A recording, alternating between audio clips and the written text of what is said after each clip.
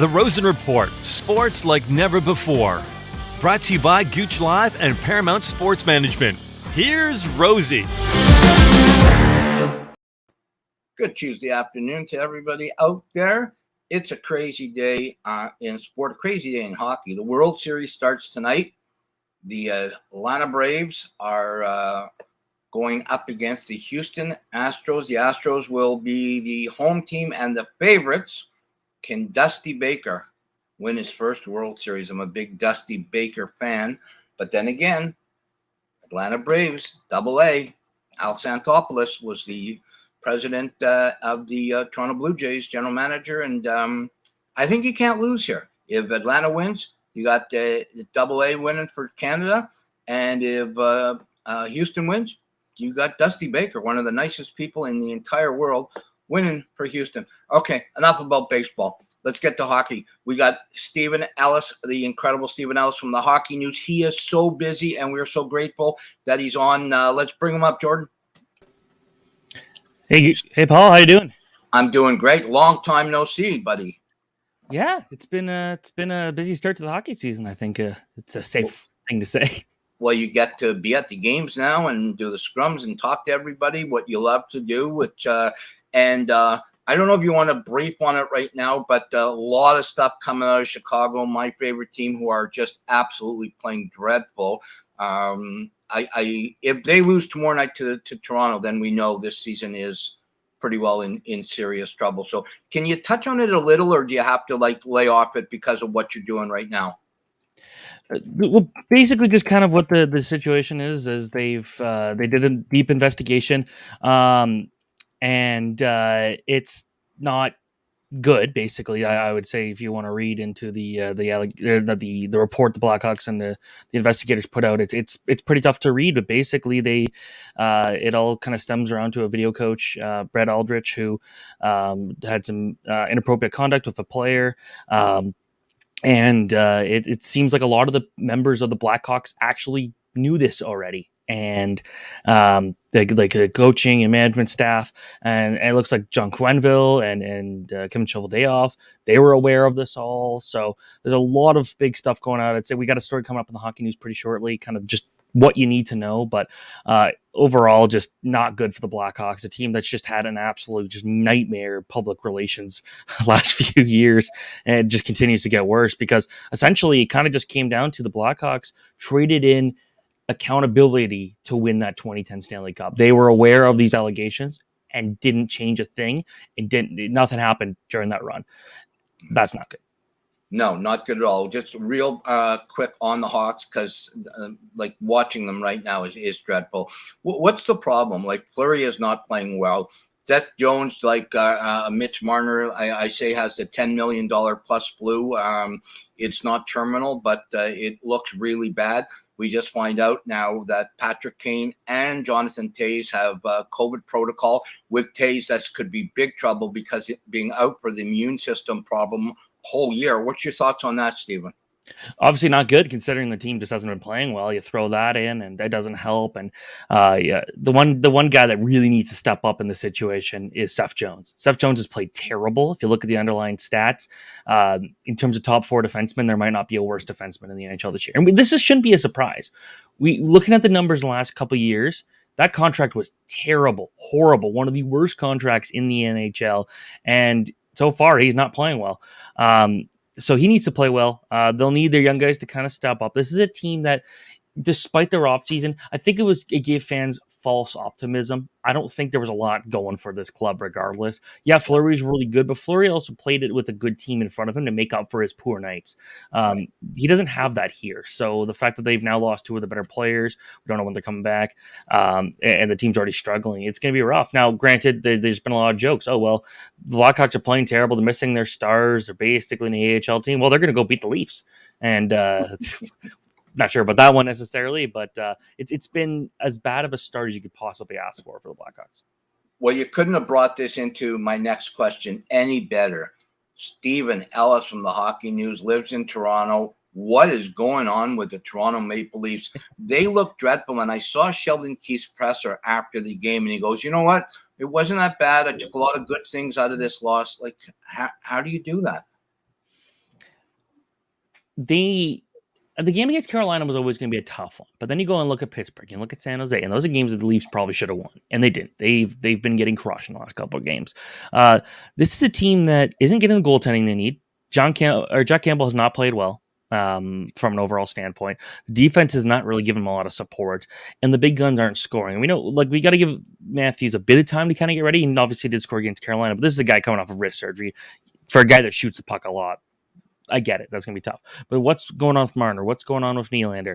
What's going on with this Tavares? Why is this team not scoring goals? Why is Michael Bunting being the guy that's really shining through? Nick Ritchie, you brought him in to get secondary scoring, and he's been nowhere to be found outside of basically on the bench for a lot of these key moments. So the Leafs just need to be it's still a good team. We know that. We look at the team, they're still got some potential. They're just not working right now. It's a slow start to the year. It's not totally uncommon for the Leafs. We've seen this a few times over the last couple of years. But obviously there's some of these games they got to win. If they lose to the Blackhawks, there's a big problem. Well, especially the way I haven't missed a Hawk game yet. I got this package now with a Fire Stick, and I've watched every Hawk game, and they have not looked good. It's actually dreadful some nights to watch. Let's go a little down the 401 East to the Montreal Canadiens. Big win, finally. They beat Detroit, and I like Detroit. But what's the story? Do you know anything from maybe behind the scenes with the Canadian? Is somebody going to lose their job soon? Well, of course, the one key thing here is there was no Mark Bergevin worked for the Chicago Blackhawks when the everything went down there, but he was not named in the report as knowing anything about this situation. He denied it from the start, so you know what, that could actually be the case.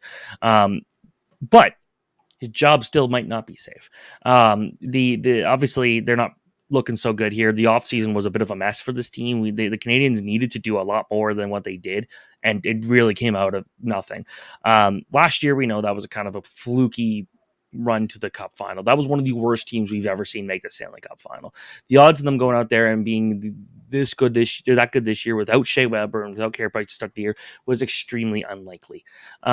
So for the Canadians, the goaltending is not getting the support. Jake Allen's played fine. He's not getting the support in front of him. The offense has not been doing much. Suzuki, Caulfield, guys that are just not showing up on the score sheet in a meaningful manner. So yeah, the Canadians just need to be better. I think that's about as simple as possible. Now, interesting note was the Jonathan Drouin kind of mentioned in a press conference today. He's like, yeah, basically Shea Weber's retired. But if he is to officially retire, the Canadians and the Preds get hit with a pretty bad cap penalty. So It's better for them to just keep paying him to not be there at that point, unlike what Luongo did. So that was kind of an interesting situation there. We kind of knew that Shea Weber was probably never going to play again. And it's just such a disappointing way to end his career, to be honest. Like, this is a guy who you could tell he was pretty upset when they lost the Cup final, because it almost felt like that was the end for him. And it's such a shame, because this is a guy who probably should be playing some solid hockey now at this point. And it's just a good player that just kind of a sad ending.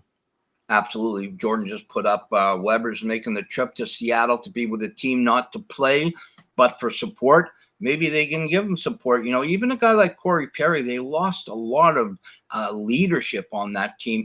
We never had a chance to talk after the Kotkaniemi situation. Just really briefly, your thoughts on that? Like, there's no way that, you know, it's a tough one, because they pay him the money, they let him go, they look bad. Now he's in Carolina. What's your thoughts on it, Steven?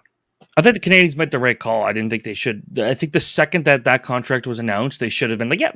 Like, let's not wait a whole week to find this out. They should have just said right from the get-go, yeah, we weren't obviously not going to go bring that back. The story kind of is believed that obviously that contract was a lot of money. That's a 1-year cap hit the Hurricanes are taking, but then that they're going to be taking a much lighter cap hit for another long-term contract, or a new long-term contract for when his deal is over. So in the end, Carolina could look smart out of this, but also Montreal at the same time. In both cases, both teams can kind of be winners here. The Canadians got some draft picks out of it. They didn't have to worry about signing a player who clearly was not worth that money to a longer deal.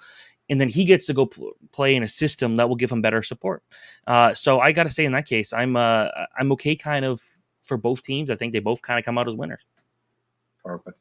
Two real quick things. Steven Ellis from the Hockey News. We're so grateful. You've got a crazy day going on with the Hawk story breaking. Two real quick ones I want to know. Who's going to be the first coach to be fired, Steven? Well, Chicago might be looking for a new coach soon for an unrelated reason of what's going on today. It might be just because the performance is not good. So that'd be my guess in Jim McClitchin. I wouldn't be shocked if – I'm curious what Sheldon Keefe's long-term sustainability here is with the Toronto Maple Leafs, because it's not looking good there. He's had a couple of seasons. This is a group that you look at that they should be doing so much better than they actually are. So I'd say those are two coaches to keep an eye on. Obviously, it's still early. A lot could change, but I'd say those are the two guys I would be looking at right now. Well, that's what I said when we just came on. I was talking to Jordan about that. Do you think that is a rumor I heard today? If Keefe goes, Tortorella to Toronto, does that make any sense? I don't think Tortorella is going to be an NHL coach again, an NHL head coach. Yeah, he won the Stanley Cup in 2004. And yeah, this team beat the Tampa Bay Lightning. But for the most part, what else did he do pretty much for most of his tenure after 2004? Not a whole lot. Actually, a lot of missed playoffs, a lot of mediocrity, a lot of not getting the best out of their star players. I don't think John Tortorella is a coach in the NHL again. I don't think, or if he is, he's an assistant coach to begin with. In terms of who would be a good filler, we know Boudreau would be an obvious name that people would be looking at, and there's some other coaches, but I don't think Tortorella is the guy. Last thing, surprise team right now. We're a couple of weeks into the season, almost a month actually. We've got 5 games. Most teams have played 5 games. One surprise team for you right now, Steven? Well, it'd be easy to say Buffalo because I don't think anyone expects them to play or to be second right now in the Atlantic. But I'd say maybe for me, I'm going to go with San Jose Sharks. They won 4 of their first 5 games, beating a bunch of Canadian teams that definitely looked like they had a bit of an edge over the Sharks. And going out and beating the Leafs like they did was, I think, a pretty impressive win. So I think the Sharks are playing well. They obviously didn't have a great game in the last one, but for the most part, they've done quite well. They've been on the road for most of the season. So having to play 4 of your first 5 games on the road and coming out with a 1-0 record right now, yeah, I'd say good for them. Good call. And Gooch's good buddy, Brett Burns, is looking like a youngster. We're hoping that he's going to be on the Canadian team going to Beijing. Steven Erik Ellis, Karlsson too. Erik Karlsson's playing really well too. That they needed good seasons out of both those two, and they're both playing well. And Karlsson hasn't started well in a number of years, so that's a huge thing for him. But, hey, Steven, I know you're crazy busy. Steven Ellis from the Hockey News, thank you so much. Always love listening to your perspective. Hope you'll come on again soon. Absolutely. Thank you so much, Rosie. Thanks, buddy. Bye. Jordan, pop up for a couple of minutes. Hey, Rosie. Hey, buddy. Love Steven Ellis, man. He's, you know what I like? I like just sitting back and listening to the two of you guys talk hockey. He knows his stuff as you do. Talk to us about the Toronto Maple Leafs. You know, we got a couple of minutes here just to finish up today on a Tuesday. Nice fall day in outside of Toronto. Talk to us about what's going on. If you've got the GM job, you know, Kyle Dubas gets fired and they hire Jordan LaRoche. What's the first thing you do to get this Toronto team back on track? I mean, it's tough to say, but I think you got to move one of the big four, as they call it. I mean, I'm not really sure who they look at. I mean, Austin Matthews coming off the injury, it's going to be some kind of questions there. But I mean, Mitch Marner hasn't really done much either this year. So, I mean, you kind of give one of those guys away, and you bring in maybe some other top 6 guys, try and just fill this team with a couple more like second, third line players, because I think that's really what they're missing right now. Goaltending's still an issue. Peter Mrazek's going to be out for a while as well. Hopefully, open up with some cap space. Maybe bring in a goaltender or sign a Devin Dubnyk at a veterans minimum. Because I mean, right now they're about $1 million over the cap, so they don't have a lot of flexibility here. Yeah, unbelievable. Hey, you mentioned Shea Weber making the trip with the Canadiens to Seattle. Obviously, he's not playing, but we've both played in situations where sometimes you need that player to be there in the room, whether they're playing or not, just to say the right thing, and sometimes just to take somebody aside. And maybe it's good for him to take Caulfield or Suzuki aside and talk to them. What's the average person that doesn't understand it? Try to explain what that means to a team to have him travel with the team. Yeah, I mean, just more of the support. He's a familiar face in the room. Everyone's really liked him so far, and losing someone who means that much to your team is just going to leave a kind of lasting impact. And we're kind of seeing now that Shea Weber did have a huge impact on this team. Whether his on-ice play was questioned at times, but I mean, you can't really underestimate like the impact he's had. If you just look at the Canadians this year, they look really unmotivated. Really poor in their own end. The goaltending has been an issue as well. And granted, they're missing Carey Price as well. So those are two pretty big pieces that are missing. And then you kind of throw in the Phil Deneau as well. I think he was instrumental for them kind of in that stretch. Where granted he didn't score a ton, didn't put up many points either. But I mean, just his two-way play just helps so much. So. It's just a really tough year for Montreal. Just a lot hasn't gone their way. Yeah. Let's go back to last night. And, my Hawks are just, man, they look dreadful. But what happened at home to Calgary? 5-1 loss. I didn't watch that game. Yeah, the Rangers turnover situation was really bad. I mean, I hate to call him out, but Artemi Panarin has just been just not making the right play, the smart play, or the easy play. He's trying to do a little bit too much. But, I mean, if you just watched the game last night, you knew that first goal was going to come. Calgary was all over them. Rangers couldn't get out of their end. But I think the probably biggest part of that loss was they got too sucked into the emotion. All the stuff after the whistle, all the extra scrum matches. I mean, I think that's kind of distracted them from their game a little bit. We saw Jacob Trouba take a few runs at Andrew Mangiapane, which may be a little uncalled for, but at the end of the day, they got sucked into that, and I think it took their mind away from the game, which and it is really easy to fall down that path. Yeah, and that's not their game, despite the fact that they've got Reeves and they got a little bit of toughness now. But that can't be their game. Their game has to be the finesse game and speed. I watched the LA Kings and the St. Louis Blues. Man, Tarasenko is just turning to, you have off-season controversy. Will he come back to St. Louis? The guy he's a pro. Really, he's a great player. And then 2 more goals last night, looking like the Tarasenko before all the shoulder surgeries. Thoughts on him? Yeah, and you kind of look back to the summer where I believe he asked for a trade as well. And I'm sure St. Louis is still kind of testing the market on him. So, I mean, this is great to see from a guy who's had, I think it's three surgeries on the same shoulder, which, I mean, the fact that if you want to see his goal from last night, it just pulled the defender out of his jockstrap and buried it. But again, this is a guy who can change any team he's on. I think if he can find his way back to his old self, I mean, I think there will be teams foaming at the mouth to get him. But granted, St. Louis is having a pretty good year as well. So who knows? I mean, we just have to wait on that situation. Well, the thing I like about him is he's a game changer. Even the second goal, he blew down the middle and put it through the 5-hole. I like him. Let's big body too. He's a big body. Yeah. Absolutely. The Russians, he'll be playing in the Olympics if he wants to, for sure again. Probably, yeah. Let's end off with tonight's games, buddy. Last time we did this, 6 games we did. I was 1 win, 5 losses. Pretty pitiful. You did much better than me because we went against each other on almost every game. So let's run through. There's a few games on the roster tonight, and then we'll call it a show.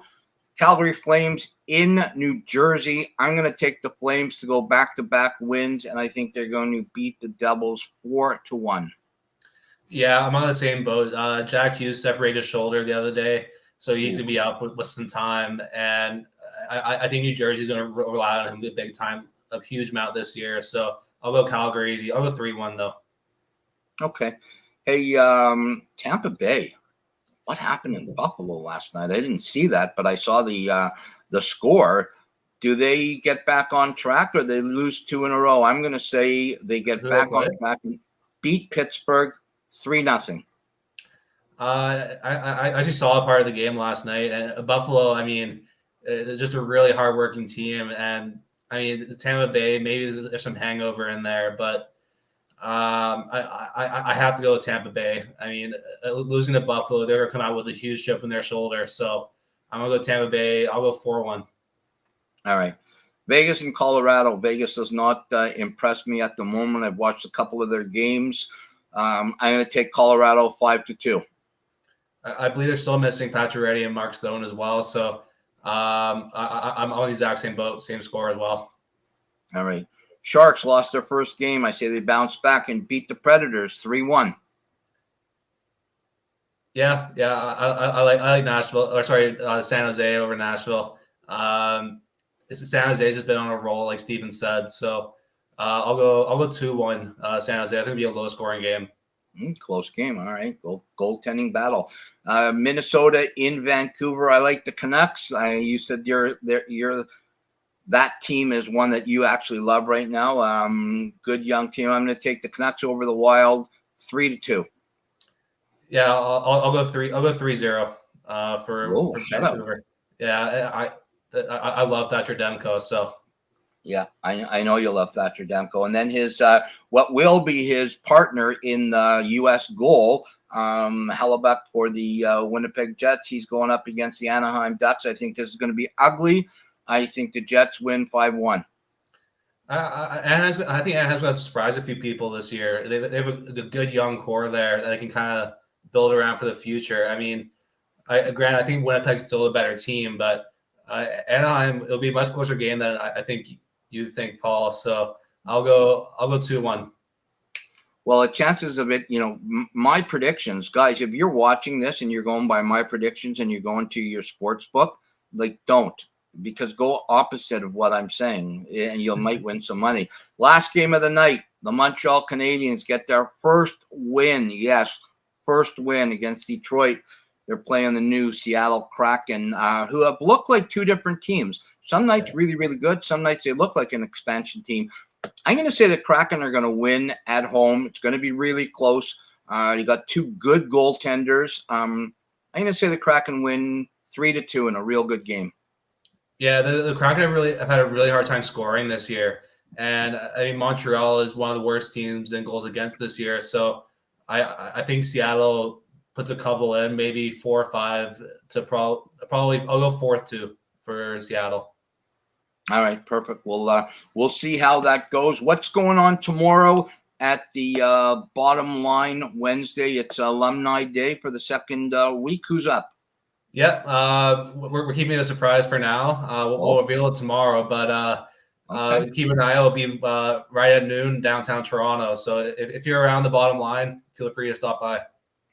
The Bottom Line, one of the best restaurants around. Unbelievable.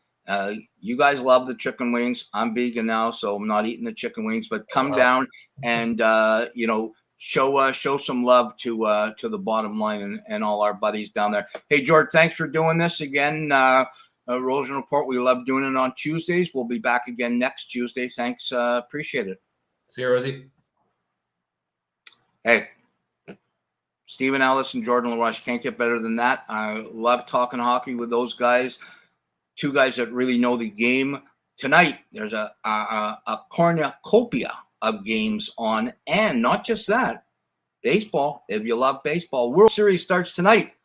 The Atlanta Braves with Canadian AA under the helm, Alex Anthopoulos against the Houston Astros. Dusty Baker trying to win his first World Series.